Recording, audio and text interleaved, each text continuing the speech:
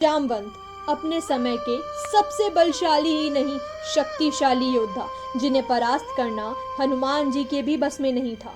सिर्फ राम ही उन्हें परास्त कर सकते थे। कैसे हुई उनकी बेटी की शादी कृष्णा से? आइए जानते हैं क्या कहते हैं हमारे पुराण इस पर और सुनते हैं पुराणों की एक सुंदर कथा।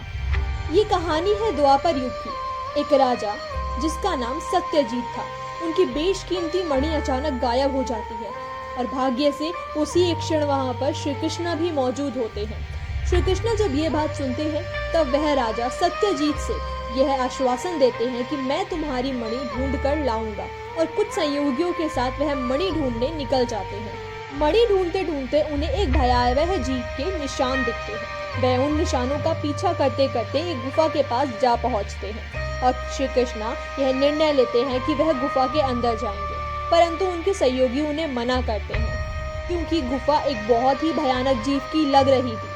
परंतु वह यह आश्वासन देते हैं कि उन्हें कुछ भी नहीं होगा और वह गुफा में चले जाते हैं। वहाँ एक सुंदर स्त्री एक चमकीली वस्तु के साथ खेल रही होती है और पास जाने पर श्री कृष्णा को पता लगता है कि वह कोई साधारण वस्तु नहीं बल्कि वही मणि है जिनकी खोज में श्री कृष्णा इस गुफा तक पहुँचे हैं। परंतु किसी अनजान व्यक्ति को अपने सामने आते देख, अपने पास आते देख स्त्री जोर जोर से चिल्लाती है। उनकी चीख पुकार सुनकर अंदर से उनके पिता आते हैं और दोस्तों, पिता और कोई नहीं बल्कि जामवंत ही होते हैं। तत्पश्चात श्री कृष्णा दोनों से निवेदन करते हैं कि वह उन्हें यह मणि दे दे, परंतु जामवंत साफ मना कर देते हैं और कहते हैं, यह मणि मैं तुम्हें क्यों दूं? मैंने इस मणि को चील को मार के जीती है, और अगर तुम ये मणि लेना चाहते हो तो आओ युद्ध करो मुझसे। कृष्णा कहते हैं कि यह मणि मेरी नहीं है, परंतु मैं वादा किया है कि इस मणि के मालिक के पास जरूर पहुंचाऊंगा। मेरी आपसे लड़ने की कोई भी अभिलाषा नहीं है, परंतु अगर मुझे वादा पूरा करने के लिए आपके साथ लड़ना भी पड़ेगा तो मुझे मंजूर है। इसके बाद जामवंत व कृष्णा के बीच भीषण लड़ाई होती है। वह जामवंत हार जाते हैं। जब जामवंत हार जाते हैं तब कृष्णा से पूछते हैं, कौन हो तुम? मुझे कोई नहीं हरा सकता। त्रेता युग में प्रभु राम लक्ष्मण के बिना मुझे कोई परास्त ही नहीं कर सकता। मुझे याद है, मुझे एक बार प्रभु राम ने कहा था कि मेरी तपस्या करना, मेरा इंतजार करना, मैं तुम्हारे पास तुमसे मिलने जरूर आऊंगा, परंतु अवतार कोई और होगा। तब से मैं इसी गुफा में उनके लिए तपस्या कर रहा हूँ। आज तुमने मुझे हराया है तो यह तो तय है कि तुम कोई साधारण व्यक्ति हो नहीं सकते।